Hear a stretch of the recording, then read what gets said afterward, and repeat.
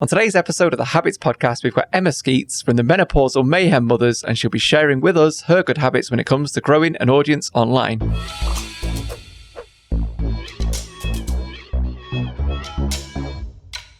So first things first, Emma, I'd love you to tell our audience why you are reluctantly our expert on this topic. Mike, I love the word reluctant. I'm a happy accident. Started writing a little diary online about my daily cock-ups, and somehow or another I've just grown this extraordinary audience. I'm a happy accident. What can I say? So you have now got, over 200,000 followers on Instagram and Facebook. You've only been on Instagram for the last 3 months. So how did you do this? I simply share my daily disasters. I've been a bit of a walking catastrophe my entire life and got sick of everybody and their perfect lifestyles on Facebook and Instagram, and just share my disasters. And somehow or another it's brought some joy to people's worlds and they follow it. It's blown me away.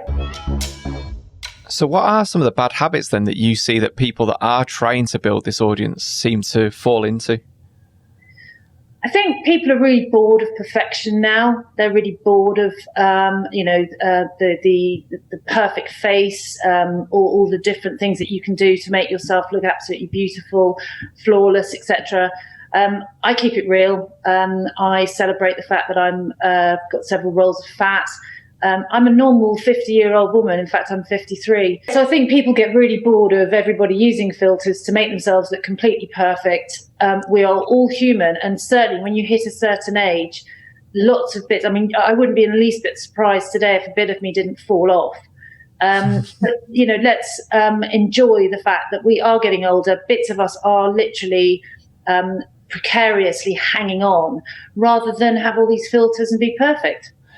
I would say from my own point of view, especially looking at social media, Instagram specifically, it does seem to be that so many younger influencers or that want to be influencers seem to try and post the perfect snapshot of their day. Like you said, use filters and try and portray this lifestyle that probably isn't relatable for 90% of their audience, probably more than that might actually see it.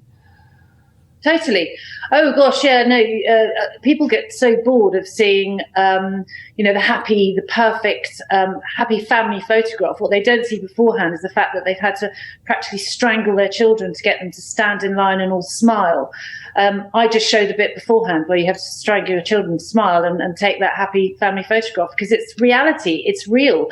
Nobody's perfect, and we are all struggling. Everybody. So celebrate it, and actually laugh at it. It's funny. So what would be your 3 good habits that you'd share with us? So if anyone else is trying to build an online audience, they could follow. Oh, the 3 good habits. Well, the first one is to absolutely keep it real, to celebrate anything that goes wrong in your day. As a menopausal woman, because obviously that's what the focus of the blog is, one of the things that menopausal women have is a total lack of memory. I took the dog to the vet, for example, to have his vaccinations, got to the reception desk. So in other words, drove there, got out the car, got to the reception desk, didn't have the dog. And that would make some people want to cry. I found that hilarious. And so I wrote about it, and people really enjoyed reading that. I've taken the children to school on a rainy day because I'm a lovely mum, got home and the kids are still in the car. So it's all about keeping it real. Things go horribly wrong all the time. Don't cry. Find it funny. It's funny. There's nothing you can do to change it. And what I've done is write about it in hopefully an entertaining and engaging way. And I'm relatable, I guess. People understand. I have a totally untrained dog, 2 completely feral children, and a husband that doesn't listen to me. So celebrate some of the things that go wrong, be relatable. What would be your second good habit? Oh, be funny. Be funny. I have spent my life laughing at some of my disasters. I have greeted so many delivery men at the door with no trousers on. I have a very large Labrador that features hugely. In fact, he's more famous than I am, who regularly breaks wind, but hides behind the door when he does it, so the delivery men think it's me. You've not got a dog. You've not got a dog, have you? Of course I've got a dog. That's you, that. There's a few UPS delivery guys and Hermes that will vouch for this as well.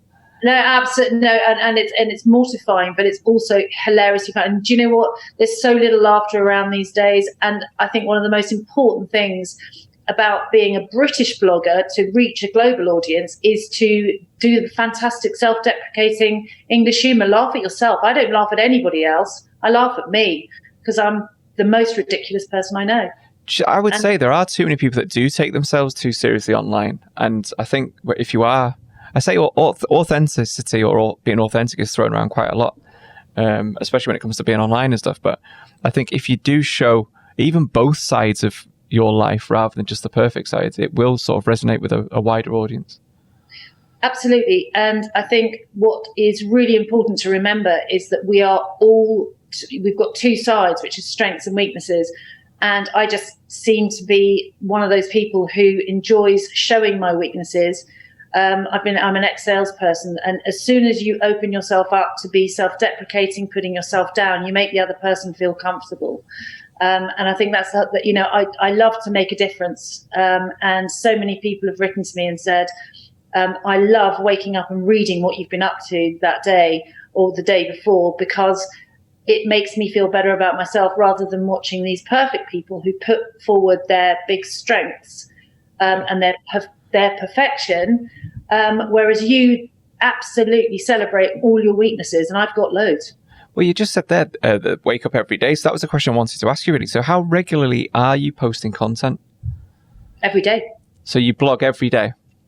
Yeah, I try and blog every day in terms of actual writing.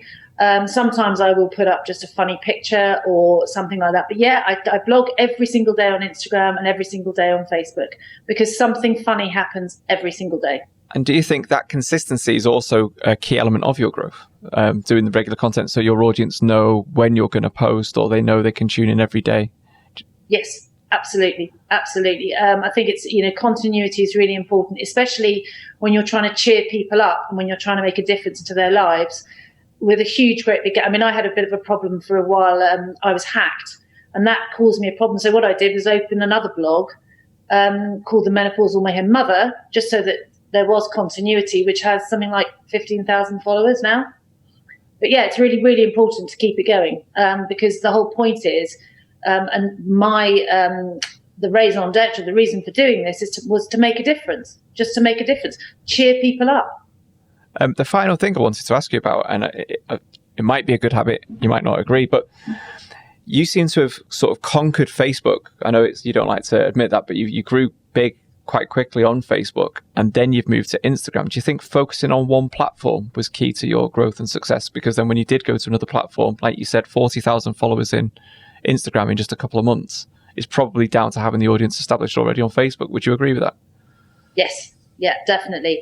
And also the other thing that's really important to note is that one of the things that I noticed in terms of moving one thing over is that I noticed there was a lot of pain out there, a lot of women suffering. And so what I did was with a girlfriend is I set up a private group, which is called Finding Me Again, which I could not encourage women strongly enough to join. A lot of them came over from MMM, the Menopausal Mayhem Mothers, and also from Instagram.